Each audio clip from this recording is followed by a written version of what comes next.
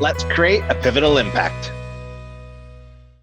Friends in the industry, Josh Hannabury here, your host at the Truck Focus Podcast. If this is the first time you've ever checked out the Truck Focus Podcast, I want to welcome you to our community. And to all of our dedicated listeners, I just wanted to continue to say thank you so much for your investment of time. I ask that you like this episode and share it out, as I just believe there's so much value shared today. So in today's episode, I'm really excited as I get the chance to speak with Brent and Monique Ryan, founders and owners of Bremic Carriers here in Calgary, Alberta. So during our conversation, we dive into Brent and Monique's journey in the transportation industry, but we also discuss the approach Bremic Carriers is taking to really improve the profession for commercial drivers with their 4-pillar mindset. And I have to say, so for some time now, I've been a huge advocate for Bremic Carriers as I really admire their ability to be industry leaders. So I encourage you to learn more about Bremic Carriers by visiting their website, which is bremic.ca, or searching Bremic Carriers on Facebook. So I've included the links directly in the show notes. So I look forward to the impact this conversation is going to have. Let's get to it. Brent, Monique, honestly, super excited for our interview today. I really want to welcome you to the Truck Focus Podcast. And I've been really excited for our interview for a couple of reasons. When we first met, it was actually through reputation. So shout out to our friends at Glover. They spoke super highly of you. And then when I continuously saw your guys' equipment out on the highway, so Bremic Carriers, I was always like, man, that's really nice equipment. So that was really cool. And then our first introduction meeting, I was really inspired, if that's a safe word to use, by a couple of things. So first off, operations and business, I really admire your guys' ability to operate at such a high level.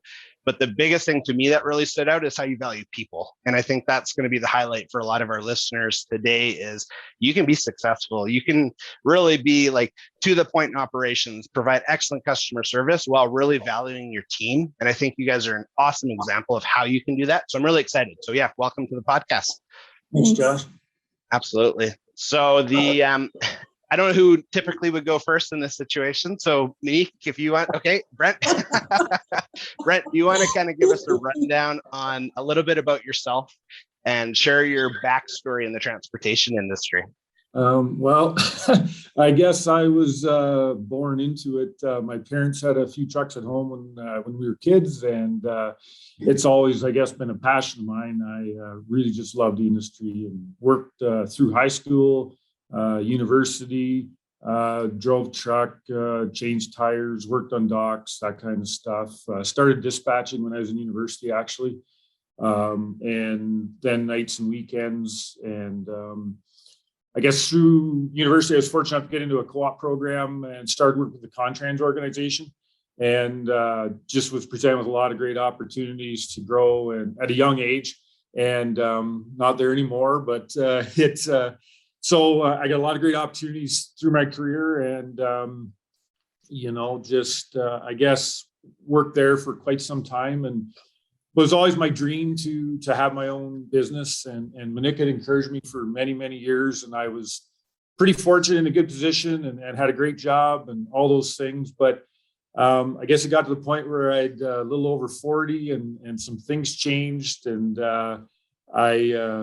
we, I guess, decided it was time. If we didn't do it now, we never would. So, that's kind of how we got to this point. And really enjoyed it. I just love every minute of it. Incredible. Yeah, thanks for that. I appreciate it. I'm excited to dive a little bit more just into the opportunity side of industry. So appreciate that. And how about yourself, Monique? I just started out, in accounting, doing books and whatnot. And prior to moving to Calgary, I actually had an opportunity to work for the Ontario Forestry Safe Workplace Association. So working there really gave me some insight into what it took to keep the frontline workers safe, and what, how it takes an entire community and everyone involved in making sure we're all on the same track and making sure these guys get home at the end of the day. So, and then we moved to Calgary, and I just pursued my accounting career from there, and been working in accounting ever since. So it all makes sense now. Okay, I see how the structure plus the passion collectively for a few things, really, okay, that makes a lot of sense. She's being a little modest. There's a lot in business management, really, and Monique says accounting, but she's been involved in a lot of financing and structural in small and medium-sized organizations. So that's really been a big value to us from that side. I'm just, 12-year-old with an unpassioned, too big a passion for trucks trapped in a 50-year-old body. So that's, really, she puts that stuff all together. And I think that's a superpower, because in our industry in transportation, it's really easy to get busy. And I like the analogy where, are you focusing on being busy, or are you focusing on being in business? And when you can take the passion of a 12-year-old and a 50-year-old's body, but if you can take the mastermind of years of being groomed and training and experience with collectively a real care for people, you guys are living proof of what can be done. And I like the fact where you had a crossroad. You're like, okay, it's kind of a now or never situation. And I've been talking about it for a while. And obviously it's a leap of faith. So there's a lot of, there's just a lot of really cool things in your guys' backstory, which really, I think, highlights today. Like if I'm seeing a Bremic Carrier, again, I'm an international fan. So an international pulling Super Bs with curtains, there's a lot to know. Okay, that's how you got to that point. And it wasn't just, okay, I won a lottery ticket. I have 10 mil. Here's my 10 mil to buy these equipment. Like there's a lot of strategy behind. Yeah, me too. I say that quite often. So, and another thing that you mentioned too, and again, this is a really big shout out to our listeners, because our listener base is pretty broad, transportation specific. Some of it's professional drivers, other carriers, suppliers in the industry, but also I find a lot of people that are just interested in getting to know the industry.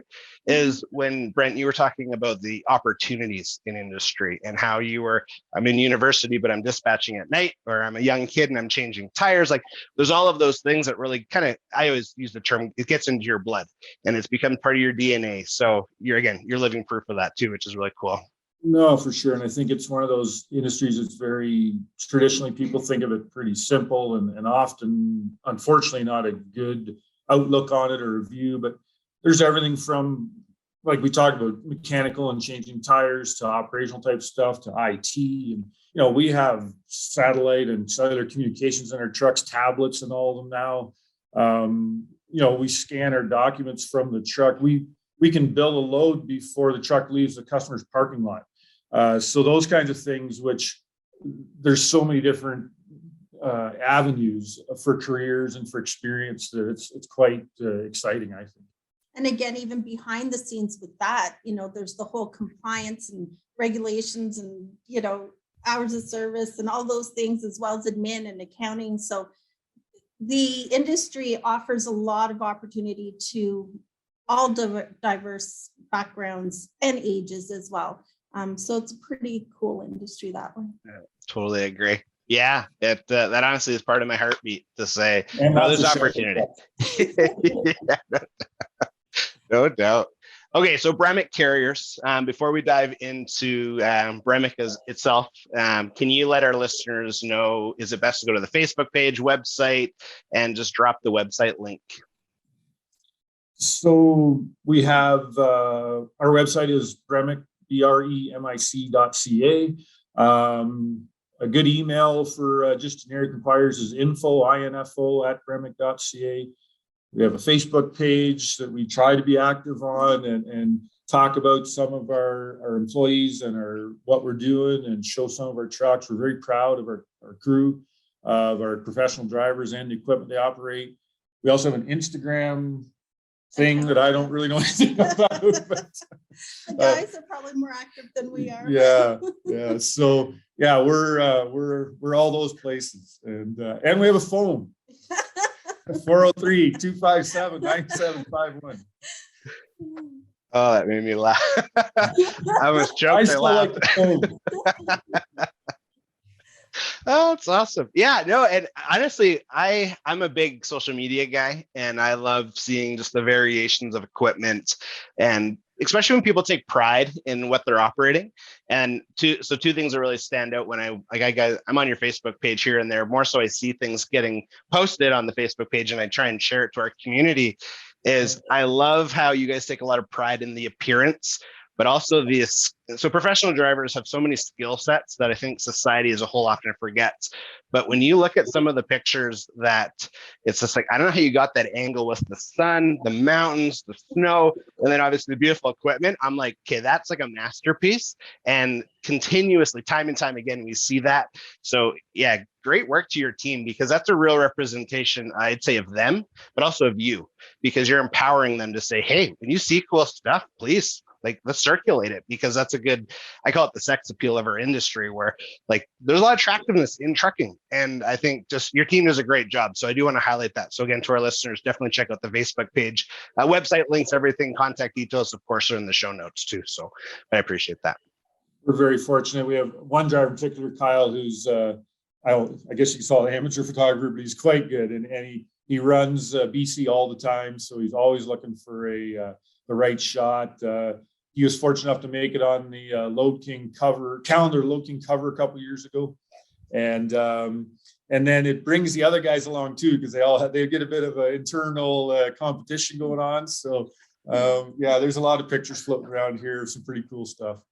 And the guys take a lot of pride in their equipment. And I think that's what it boils down to, is they take pride in what they do in their careers and their equipment, and they want to showcase that. So we're more than happy to do that for them.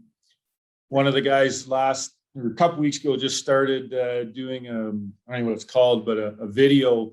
He had a camera mounted to his truck and did some outside shots, did some driving shots, put it together to some music. And so that's our next thing we're going to try and work on. It was really cool. Yeah.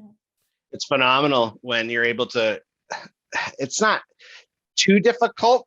Like, I say that with humility, because I'm not the most tech savvy person, but when you're able to take something that it appeared to be a different language, you're like, no, I want to learn this, because there's some really valuable items here.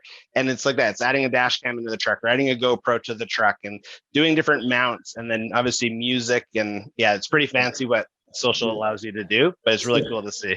Yeah, that's great. That's great. So so Bremic as a company, one of the highlights when we first met at your guys' office was you talked about 4 foundational pieces, and it's been a couple months obviously since I was there last, just due to schedules and stuff like that. So I still get I'm really emotional. So when people start going, I can feel it. I'm just like, yes, keep going. So are you comfortable kind of giving us the rundown, like from the foundational components that you shared in your office, kind of giving us a recap of what those foundational pieces are and what that means to you guys as a company? For sure. I mean, you want to start? You go ahead. So I guess one of the things with Bremic and from the start that we did, I guess it sets us apart. And I don't know that it's, there's a lot of people that'll say it's crazy, and other people think it's the best thing ever, but we pay our guys salary. So our drivers, we have a laid out compensation plan that when you walk in the door on the first day, you know exactly what you're going to be making a year from now. You get 24 pays a year of exactly the same amount. And then we have scheduled increases. We have a health spending account, safety allowance, those kinds of things in addition. But the key is a salary. And to the people that have worked in an office all their life, those kinds of things, they don't know any different. You show up for work, you do what you're asked, you get paid at the end of the week or the end of the month, whatever it is, and you just keep doing it. And your income is like this. In the driver's world, owner operators world, in trucking, we've, as an industry, monetized everything. It's all piecework, whatever you want to call it, productivity based. So there's various different systems, but at the end of the day, if the driver or the truck doesn't move, there's no pay. And often we felt that that's not necessarily the issue of the driver. There's certainly the driver's influence on that and can work hard or not, et cetera. But there's so many factors between just weather, traffic, delays at shippers and receivers, load availability, whatever it may be. So the driver really, besides working his or her best to do the thing, they have no control over that. And at the end of the term, what happens is their pay fluctuation goes like this. And anybody that's been in the industry for some time knows that. And we looked at it and thought at the end of the year, their T4 basically is the same, whatever the system is. all the trucks, there's this much money that's there for the driver. We made the choice to take that risk and guarantee that money to the driver and take the fluctuations out of it. So we as a company take the fluctuations. And in turn, our drivers don't have that stress. So, and which goes back to some other parts of that foundation, but we feel there's so much stress put on the driver and the family at home because they don't know whether they're going to have enough money to make their groceries at the end of the week or pay the mortgage at the end of the month. Can the kids go to camp or not? Because, and it's cash flow. It's not the total number at the end of the week or the end of the year, it's cash flow. And we really believe that then causes bad driving behavior and confrontation between dispatch and driver. We've said, you're asked to show up for work when you show up. You're paid to work this many hours a week. Do as you're asked within legal and safe ways, and you're going to get paid. If we can't find a load or the weather, there's a snowstorm coming, so be it. That's the chance we take. We expect everyone knows the truck has to make money, but we want to do it well and do it safely. The little story I always say is that it's, 4 in the afternoon, you've done 3 deliveries, 2 pickups, it's snowing, you haven't had lunch yet, you're cold and wet and tired and hungry, and you're supposed to be in Vancouver by lunchtime tomorrow. Well, the right thing to say is, no thanks, Brent, I'm going to go to bed. Get up in the morning when I'm rested and eaten and showered and on the way. And that's what we expect our guys to do. The reality is, though, if you need that $300 or whatever it is to make your pay cut off so you can make your mortgage at the end of the month, you're going. And people do it every day. And I'm not saying they end up in the bush every day, but you're encouraging them to. And we still have a lot of risks in what we do, but that's, we try to take that incentive out of it for the driver to do unsafe actions. And then in turn, he gets a lot more support, he or she, but most of our guys today are guys that get, they get a lot more support at home because there's not the pressure on payments at home. So anyways, that's a long drawn story. That's the real key to our culture and the way we approach things. Tied to that is home time. All of our drivers are home every weekend. They leave for work Sunday night or Monday morning, depending on where they're going, and they get home sometime Friday. The odd time we have it, weather or a maintenance thing delay, but at the end of the day, that's our thing, is your home weekends. You get out of the truck, you spend time with your family, you have a life outside the truck, and you've got consistency and stability in that. Again, keep your life normal. Equipment, we want to be safe, we want to be clean, we want to have a good impression, a good impact on the people that see us. And when a driver has good equipment, clean and encouraged to wash it and all those things, I believe they are cleaner, they step out proud, stand tall, they look after the customer.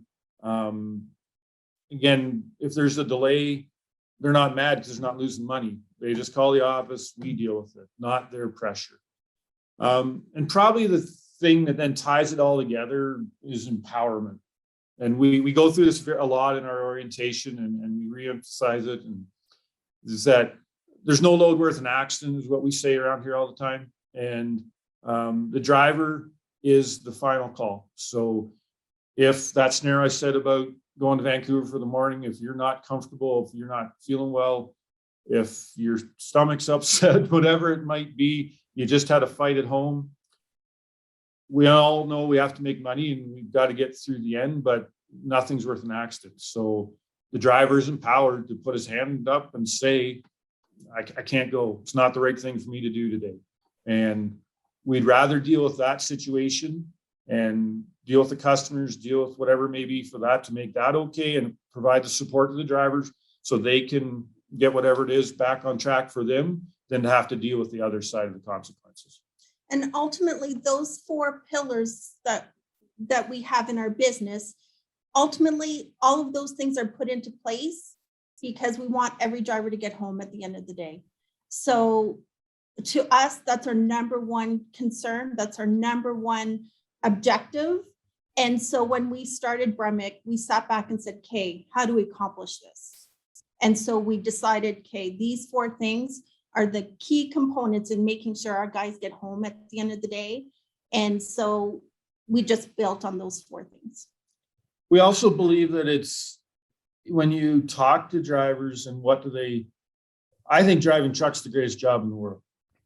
There's good things about it, and there's bad things about it, but when you talk to drivers and ask them, like, why don't you want to drive? Why are you leaving the industry? Why are you upset? Those 4 pillars and a few things that go around them are really designed around, let's get rid of all that. How do we take that, go with the understanding that everyone has to work hard and make a living, but how do we take away those pressures? How do we take away unnecessary conflict? And let's just go to work and do a good job, stress, and have a good time doing it. And it's not all unicorns and rainbows, as I say. It's still, there's reality, but we're all in it together. That's powerful. So for those that are listening, hop on YouTube and watch, because that is so 2 things. So Monique, I'm watching you watch Brent and complete alignment. And Brent, I'm listening and I'm seeing passion, which to me, that's the most authentic thing that a leader can provide is this is what we live. And from a professional driver's standpoint, former driver myself, so I'm very familiar with the ups and downs and you can wait for 42 more hours for this. It's like, well, I don't want to wait for 42. So you suffer when you're in that position. And oftentimes another thing that you hit was the professional side of the profession. And when a company's culture and organization and the oxygen that they breathe is all about no loads worth your life, then let's eliminate stress from your family life, because it sucks going to work after you had an argument as it is. It sucks knowing that you're having an argument because you're not paying the mortgage for 2 months in a row. So the fact that you guys are really the ultimate cure for a lot of anxiety in industry is a masterpiece when you're talking retention, recruitment, and just really giving a view of what can be in the industry. So that's really powerful. And I speak to a lot of different people in our industry, and I won't, if you're comfortable with me saying this, I won't lie. You're the only organization that I know that operates with that type of a focus on people, where yes, like you talked about customers, that's a big part of it. Making sure that we're not in the bush, that's a big part of it. But the people part, it's real. Like I got shivers when you guys are talking. So I just really admire it. And I think this is a call to action to other carriers that may be listening that are thinking, why, like, the culture of my company is not where it should be. And like Brent, you said, it's not always sunshine and rainbows and stuff. There is reality. But when you can take that pressure off of people and treat them as professionals, as in professional drivers, I think there's a lot of wins there, and there's a lot of longevity there too. And yeah, I'm really grateful that you were that honest in that breakdown of the foundation, because that's really what I wanted people to hear was what is being done, because you guys do it so well, and it's just a really good representation of what can be in our industry. There's a couple scenarios that I always remember that, because it's a big question. One is the company's taking all the risk, and one is that, as it should, though. Yeah, well, I was just going to say, so why would, what other industry, what other job in the world do people get sent out and it's the luck of the draw whether you get paid today or not? Yeah. And meanwhile, we're entrusting these people with, $400,000 of assets that we have, plus the customer's cargo. There could, $750,000 worth of value there. This person is a manager, they're a professional, they're trustworthy, whatever those things are. So we need to treat them as such. And a lot of people said, you're crazy. Like, why would you do that? That's not the way it works. And we questioned it too, but we really believed in it, moved forward with it. And I'll never forget a driver's meeting we had, and it was probably 2 years in or something, but we had the wife, we have a couple meetings a year, and we always invite spouses and one of the guy's wives stood up in tears in front of everybody and talked about how they've spent their whole life in the industry and have never had so much money, and they don't make any more with us. Questionably, they can make less if depending on how hard people work, but in our culture, they don't make any more, but she has cash flow. they've renovated their kitchen, they bought a camper, they're paid off whatever debts they had because she can budget the money. And he's home every weekend, so now they can use the camper. It was just such a heartfelt story that I'll never forget it. And then we thought, okay, well, this is going to work. Because we've also gone through times where the industry in general believes that paid by the mile, well, if you're going to take advantage of me if you just pay me, you're going to push me too hard and run me too many miles and stuff. And that just takes time and that to prove that, I mean, we've got rules, we follow the rules, we electronic logs, you only work so many hours, we committed to have you home on the weekend, those kinds of things. So it's been very hard from the standpoint of no one understands it, no one believes it, it doesn't make sense. And there's some people that don't fit. We've had to have part company with some drivers that they think it's a free ride, and it's not that, but we're in it together. Just show the work, do as you're asked, you get paid. And one of the largest, well, there's two hurdles really. The trust factor, are you guys really going to do what you're saying you're going to do? And the other one is a lot of drivers are driven by the potential, the earning potential, and they don't take into account all of the uncontrollable variables that they face throughout their days. Whereas on the flip side of that, we're guaranteeing X. So we're competing against, well, your earning potential. I mean, we read one Kijiji ad. I mean, I swear it said 200 grand or something like that. This, yeah. And I thought to myself, that's just someone playing, a numbers game versus reality. And that poor driver will never achieve that goal. Here, we're guaranteeing, your salary. What you're going to make at the end of the year. There's no gamble. It's 100% legit, and you can count on it, but some drivers just, I have this earning potential. And we always say, you know what? We hope you make it. We really do. But we also know that our guys, are going to be comfortable at the end of the day, and they're going to make it home and have that balance. That's right. Yeah. Make it home, have a home to go home to, because you're there every weekend, all those things. So I'm not saying it's for everybody, but it works well for us. And for the people that we have in it, I think they really, it's the way they want to work. Yes. I think it's phenomenal. And so there's a couple different motivational speakers that I listen to, and I'm not morbid in theory, but this is kind of a morbid thought, is when you are literally on your deathbed, what are you actually going to be remembering about? Is it the amount of illegal hours you worked? Is it the amount of potential, well, they put this carrot in front of my face, so I'm going to chase it? No, there might be some regrets for sure, but that's not going to be your celebrations. Your celebrations is, I was home every weekend. I consistently provided for my family. Like, those are the type of things where, like, my wife, she's in school actually right now in another room, and we talk about it all the time. It's just like, what do we want for our sons? Because we both work a lot, you guys work a lot, and it's for something. But ultimately, when you're operating behind the wheel, you're working a lot. And okay, great, like, have passion in that, but also, you got to look at the bigger picture of life.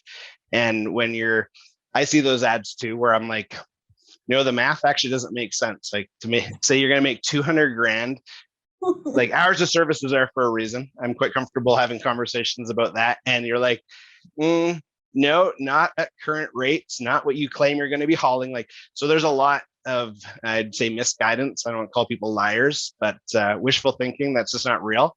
And but I really love the culture of what you guys have developed, and you really live. And again, the fact that your motto is no load is worth your life. Like, to me, that, because I say that sometimes in different environments and I get a funny look, like, why would you tell someone that? I'm like, because it's true. Like, so I just, again, you guys, I can brag about you often, and I try to when it's appropriate because of these reasons. And again, the mission that I'm on at Truck Focus Podcast is introducing industry leaders to industry to create a pivotal change. And that's exactly what you guys have done. You decided early, this is what we're going to do. Yes, there's risk, I'm sure. Well, Brent, you saw actually have quite a bit of hair, but if I was in your shoes, I'd be even more bald, because there's things that you carry and you're just like, I'm going to carry that. I'm not going to pass that on. And I really admire the culture that you guys have, that you've developed. And one area I did want us to talk about was the truck convoy, as well as the 5-year truck program. And because those are two more things that really solidify, I would say, your guys' mission. And so those that aren't familiar, each year, I believe it's a global process with the Special Olympics and law enforcement. There's the truck convoy for Special Olympics. And before I knew Brent and Monique, Avery, he's now 12 actually, but we started going about 4 years ago. First year we volunteered setting up tables. Second year, I think we served breakfast. The third year, I don't think we did anything except participate. Then obviously the pandemic happened, so it was virtual. Then last year, we knew each other. I'll call you guys friends.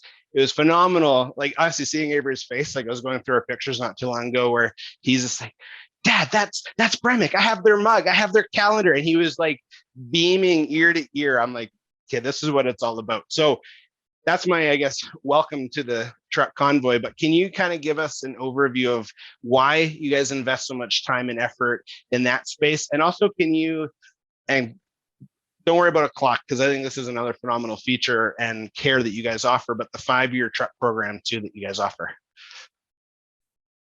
Well, with the convoy, Special Olympics are something that's personal for us. It's really important.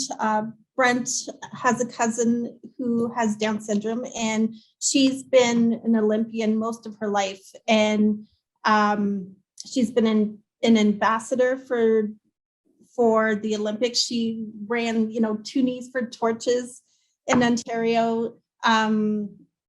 And it's something that she really took a lot of pride in over the years, and she really did well at as well. So it's able something to travel to many countries. Yes. And, it really is. I think it was a big part of her development or her life, and it is, so it's pretty cool. Yeah, so we just want to support that any way we can. And then when we learned about the convoy, well, that was a no-brainer for us. So we really participate in trying to raise funds for being the lead truck. We always drive that campaign. We don't always hit the lead, hit the mark for being the lead truck, but we have in the past. But we definitely participate and we push it as far as we can financially. But we definitely put as many trucks in as we can every year. And, it's just something that we feel is really important. And it's something that we, want Bremic to stand behind. And we have a group of drivers that really enjoy it. And, we get the trucks cleaned up and they take some of the Olympians for a ride and just hang out. And it's one of those things that, again, drivers are gone all the time. They don't get a chance to interact in those kind of situations sometimes, especially, but they're comfortable with their equipment, comfortable with their truck and passionate about that. So it ties that stuff together, which is pretty cool. And it gives us a chance to shine everything up and take some pictures. And so it's just good for everything. Yeah. And I love that the Olympians can ride with us, pre-COVID, obviously, but it's a great opportunity to just connect and to learn more about them and know that, we're doing a great thing. Last year we participated, but the Olympians couldn't ride with us. But so a lot of those Olympians from previous year, walked right up to our trucks and said, "Okay, let's go." And unfortunately, we couldn't allow it, but it's something we look forward to in the future as well. So powerful. It's great to bring. The industry doesn't do enough of that kind of stuff, and we're all busy and all those things. And again, I haven't put a lot of time into making it any better necessarily, but it's great to be a part of it. And I really appreciate the people that put the time into getting it going and that program. And so if we can do a little bit to help, I think it's good for that cause, but it's also good for the image of the industry. Yeah, I agree. And that was I'd say our entry point too, was I wasn't really exposed to, before I got married, I wasn't really exposed to too much, except when I was a kid, in special needs, and especially from an athlete standpoint. And then when you hear about it, you're like, oh, you can volunteer, because I love volunteering. That's one of my if I had that $10 million lotto ticket, I would just spend all my time volunteering, because I think you're right, though. There's a lot of opportunities to help to make a difference, and there's not enough of that. And we had Darby, who was a 3 or 4 time medalist, join us on the podcast prior to this last year's convoy. And then meeting Darby in person, Avery and him became what I call like instant buds, where they were attached at the hip. And just that was really special to me, because we have a family member, my wife's side of the family, that is special needs. And he's one of the best human beings I've ever met. So kind and caring. And because but you wouldn't know. Like, there's no ifs, ands, or buts about love. There's no ifs, ands, or buts about relationships and stuff. So Avery's really familiar, and watching him, I would say, become instant buds with Darby. That was the biggest thing that Darby's mom, Susan, said to us was Avery like loved on him instantly. And she's just like, that is unusual to me. So as a dad, I was just like, yeah, made me super proud. And I get emotional because I just like watching people, and I like seeing when things impact people. So just being in that environment. And then, I reached out to them, actually, it was 2 weeks ago, to ask if there was a way that we could help through the Truck Focus podcast, just to continue to bring attention. And I knew we were going to have this conversation. So I'm just like, it's cool how things tie together, but it's nice hearing why. And it's nice to see the amount of effort you guys put into being involved in such a great event. So, and then so the 5-year truck, you will dive into what it is. But before we go there, can I ask how many drivers currently are working for Bremic? We have 14 drivers and a couple part-time guys. 14, 16 kind of thing. Yeah. Okay, awesome. And is that like you guys are max employed, good to go? Or are you kind of like other carriers where you are always looking for good quality candidates? We're always looking for good quality candidates, no question. Okay. Today we're full, and actually have a few guys on the list that have completed the orientation or application process, and who are, ready to come. We've got some new equipment on order, and of course, with everything that's going on, that's kind of a moving target. So that's pretty frustrating and challenging when you have people here ready to go and don't have the equipment for them. But anyways, that's part of life today. But for sure, we're always planning to grow consistently. So we're always talking to people. And what we found too is with the best drivers that stay with us and fit in, it takes a long time to get to know our culture and understand us, and for us to understand them. So the best hires are usually, they're not the person that walks in the door the first day, have an ad or have something out. They're people you get to know over some time. And sometimes timing's right for them and not for us, or vice versa. So although we have a list of people, they're not always ready to come when we're ready for them. But, absolutely. We're always talking with people, and we're pretty fortunate right now. But yes, we're no doubt, we can always use more good people. That's what it's all about. Yeah. Okay, good. Yeah. And I'll make that known too, because again, I'm really proud of you guys as an organization. So I'm very fortunate. I take a lot of pride in building relationships with professional drivers, because a lot of times they're in an environment they don't like, but they have bills to pay. And I'm like, okay, that's not how life has to be lived. So it's nice, obviously, having strong relationships on both sides of the conversation, because it's really natural to connect good people to good people. And like you said, if the timing doesn't work, you still met good people. And it's always, to me, it's peace of mind. And a lot of people go to sleep, well, tomorrow I might. So it's like, okay, well, let's help that process. So I think, okay, but I'm really glad you mentioned that. And then this part, to me, honestly, it's another phenomenal aspect of your guys' business, and how you really value people, and you see people as part of the family. So can you walk us through the 5-year truck program? Am I saying that right? Yeah. Okay, cool. Yeah, if you can walk us through that, because I think it's awesome. So I guess the root of it was, in our industry, essentially the person with 1 month experience has the potential to earn what the person with 30 years experience has. And so we all make the same amount of money. We all pull the same freight, and do the same loads, and drive the same roads, and whatever those things. So we keep trying to think of things and make it different. What makes someone want to stay and be part of an organization? So it goes back to all those cultural things we talked about. But the other thing is that, we've always taken a lot of pride in our equipment, and it our drivers in turn take a lot of pride. And we believe it's a competitive advantage to us, both from a driver and recruitment and retention side, as well as with our clients, and for safety and all those things. So I think that's kind of how it started to come around, and time was coming up to order some more trucks, and we were trying to think of these things, and having people in our industry that stay for 5 years, especially for us, it was our first 2 drivers we started with, Mike and Dave, and they've been such a key component of what we do.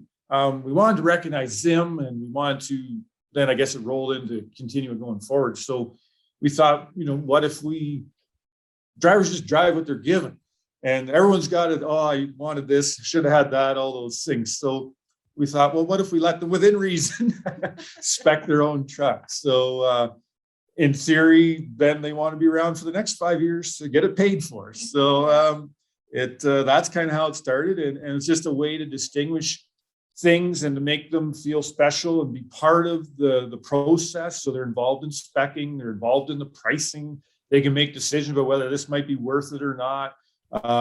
Trade-offs, because there's reality of economics in it.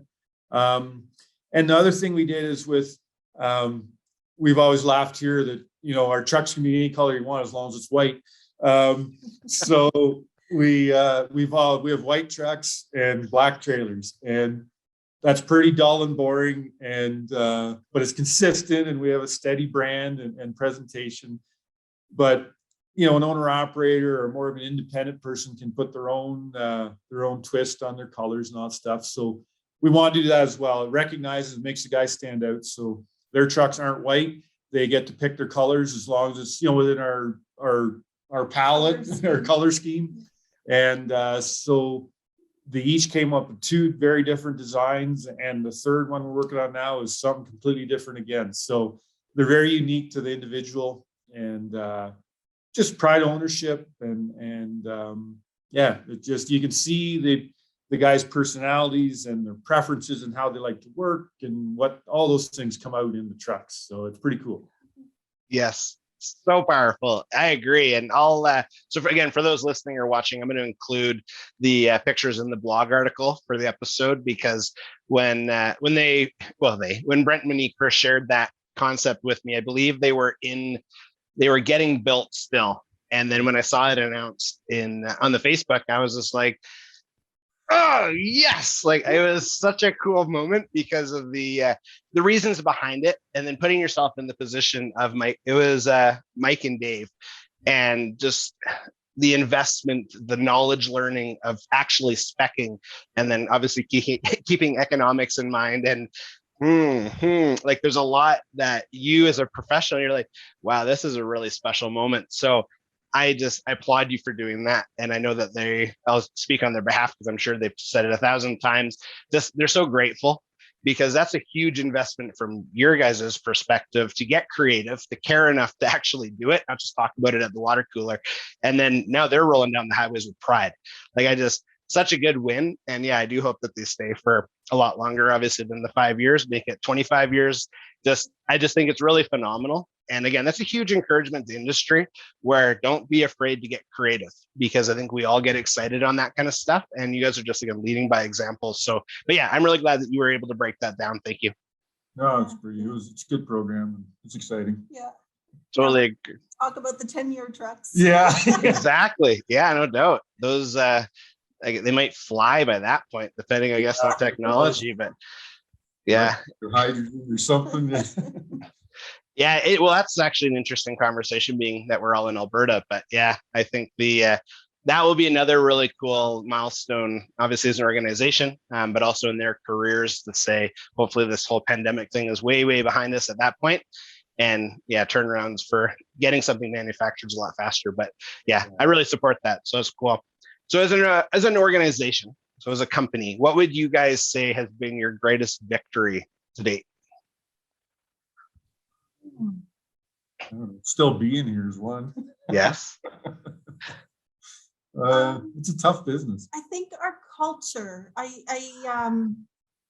really take pride in the fact that everyone's on the same team. Everyone that's here understands what we're trying to accomplish and works with us to make sure that we continue down that path. We're very fortunate enough that probably 50% of our employees are under the age of 40. And we're able to recruit some of the next generation of drivers. But they, I think more than the older generation, really understand what we're trying to accomplish and really appreciate the lifestyle that we're trying to provide for them. They just get it. They just, we have one gentleman who just started with us. He's quite young. He has been in the industry for 5 years. He got his license against his parents' wishes. He just wanted to be a career driver. And after 5 years, he was ready to leave the industry.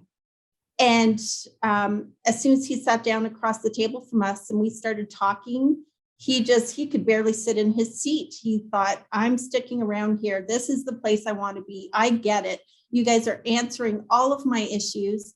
And, just seeing him and the light bulbs go off, that was just, okay, we are doing this right. We are going down the right path and we are accomplishing what we need to accomplish. So I think that for me was a real key moment for me. Yeah. It was saddening, maddening, whatever, to listen to him. And I don't know how we just caught him. It was timing and he had been through a string of just bad, everything we talked about, pay fluctuations, equipment not being maintained, running over hours, no support and encouragement, no training, all those things. And it was like, wow, like one is, how is this still happening? Yeah. And two is like, what we're doing shouldn't be unique. And I'm not saying we're the only people that do it, but it shouldn't be unique.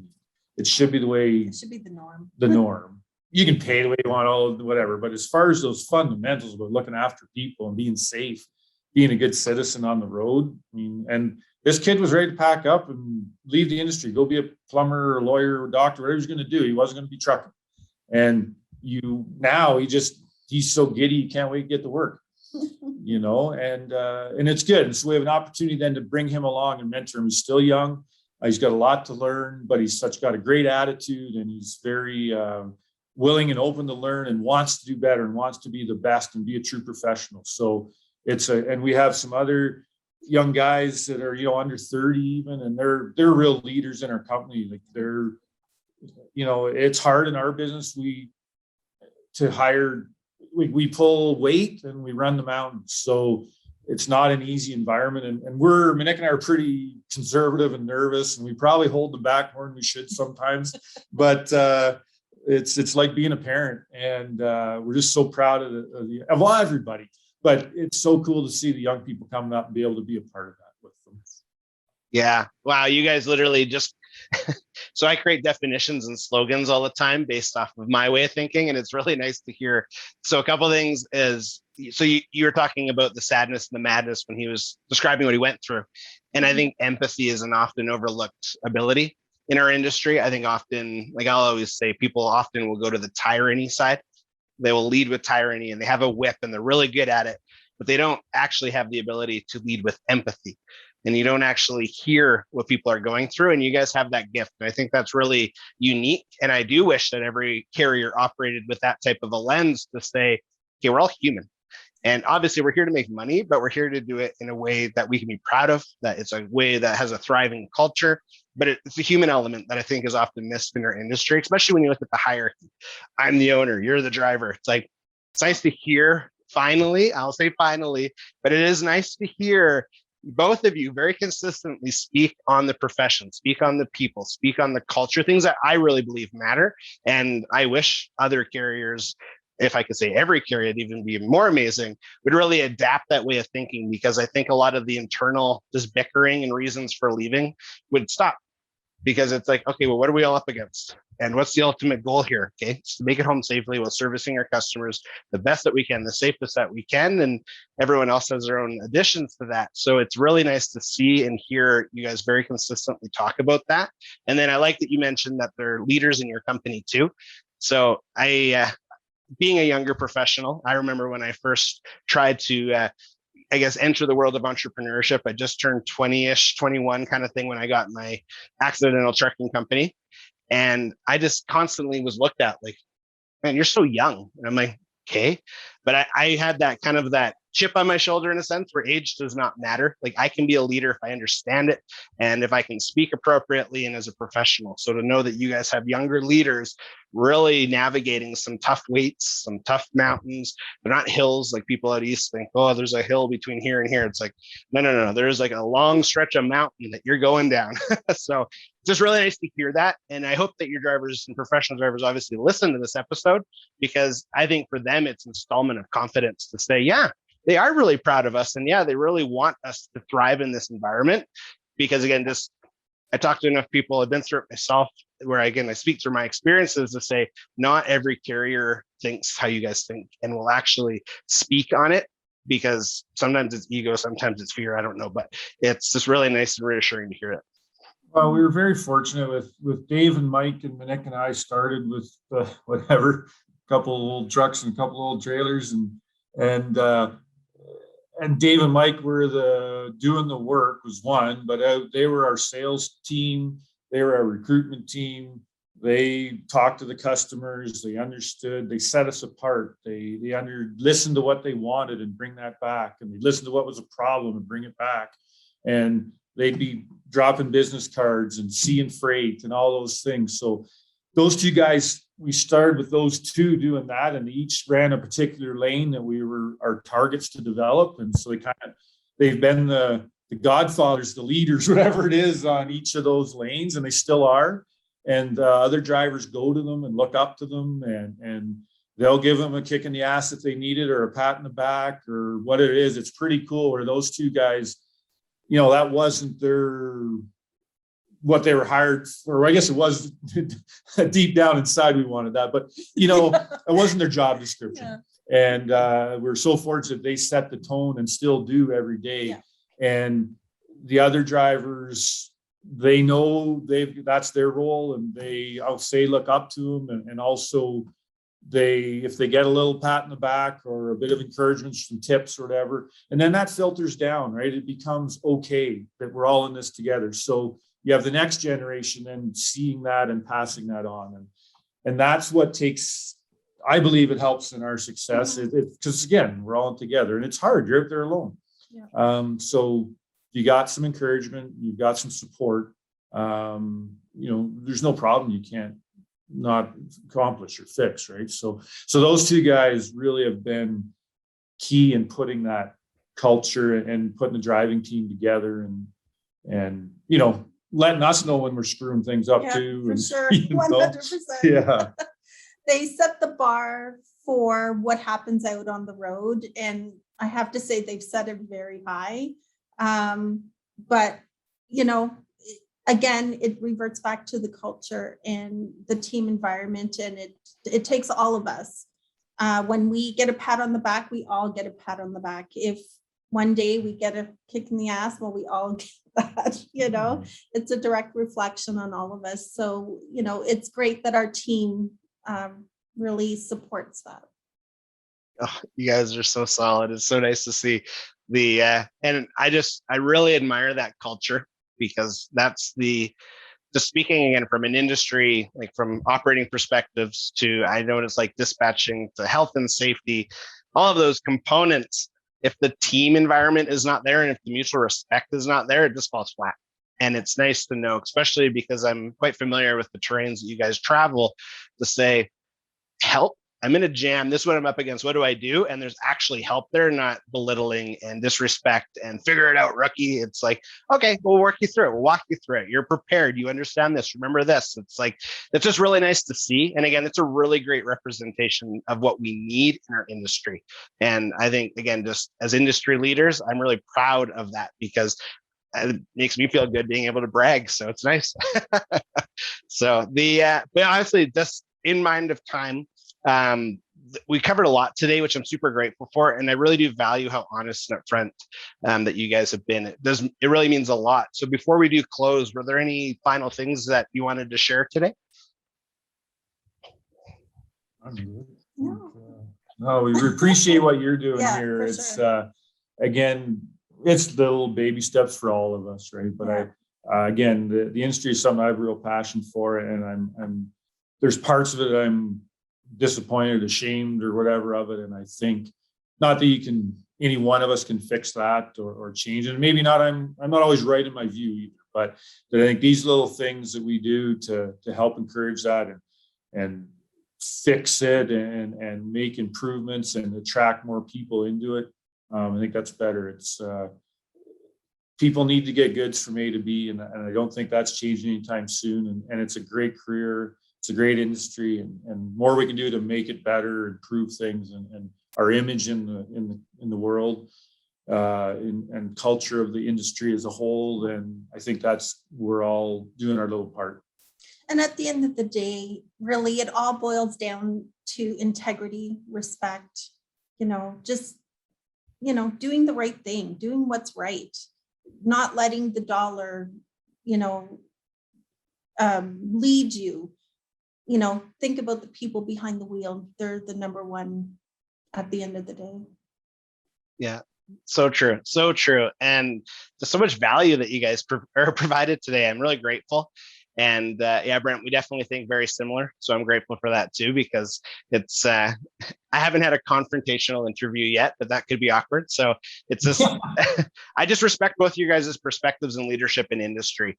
And I love the fact that we can have this conversation, and I know that there'll be more conversations. The convoy is not too far away, and I'm sure we'll connect well before then. But yeah, I'm just really grateful for your time today. Really grateful for just, again, the leadership and the influence you're having on on our industry, and it's through your culture, through your professional drivers. So thank you so much again for hopping on the podcast. This was awesome. Thanks for having us. Absolutely. Okay, have a good rest of your day. See ya. Thanks, bye. Brent, Monique, honestly, thank you so much for joining me on the podcast today. I really admire your mindset within your organization, but also as people, and how focused you are on uplifting the profession of professional drivers. So the mindset of your 4 pillars and the approach that you take to really get the point across that no load is worth your life, to me, it's absolutely amazing. And I really believe more people in our industry need to just live it like that. So I really appreciate the effort that you continue to put forth with this initiative and with so many more that we talked about. So I really encourage our listeners to learn more about Bremic Carriers by visiting bremic.ca or checking out their Facebook page. Of course, I've included the links in the show notes, as some of the pictures that their team shares is just absolutely incredible. So thank you so much again, Brent and Monique. I really do appreciate your time today. So to our listeners, again, if this is the first time you've ever checked out a Truck Focus podcast, I really welcome you to our community. And I really believe that you got a lot of value out of today's episode, as well as to our dedicated listeners. I just want to continue to say thank you so much for your investment of time. Really do appreciate that you just continue to come back and show the support to our platform. And again, I really just believe what Brent and Monique are doing is absolutely incredible. And more carriers could honestly operate the way that they do in the sense of eliminating stress for professional drivers, but also uplifting the profession and making it very known. No load is worth their life. And I really do believe that mindset. So again, thank you so much. I do ask that you like this episode and share it out, because again, our industry is full of wonderful people that need to hear Brent and Monique's message. So as always, let's create a pivotal impact. Bye.